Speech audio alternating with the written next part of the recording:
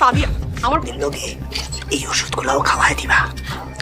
তাহলে কি ঘটতে যাচ্ছে সাহেব নামে গোলাম ধারাবাহিক নাটকটির পর্ব 7? কবে এবার রিলিজ করা হবে সাহেব নামে ধারাবাহিক নাটকটির পর্ব 7? কেন এবারে দেরি হচ্ছে এবার রিলিজ করতে? তো এই সকল তথ্য নিয়ে আজকে আমাদের এই ভিডিওটি পুরোপুরি দেখবেন।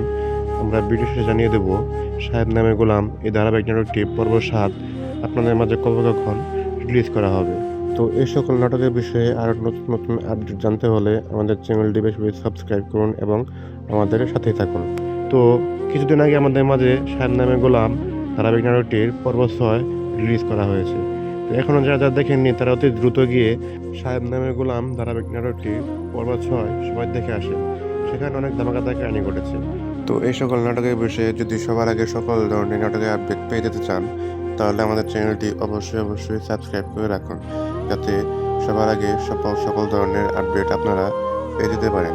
তো আর দেরি না, চলুন আপনাদের জানিয়ে দিই কবে রিলিজ করা হবে সাহেব নামে গোলাম ধারাবাহিক নাটকটির পর্ব 7। আশা করা যায় আগামী 2-3 দিনের মধ্যেই রিলিজ করা হবে। তো সবাই ভালো থাকবেন, ধন্যবাদ।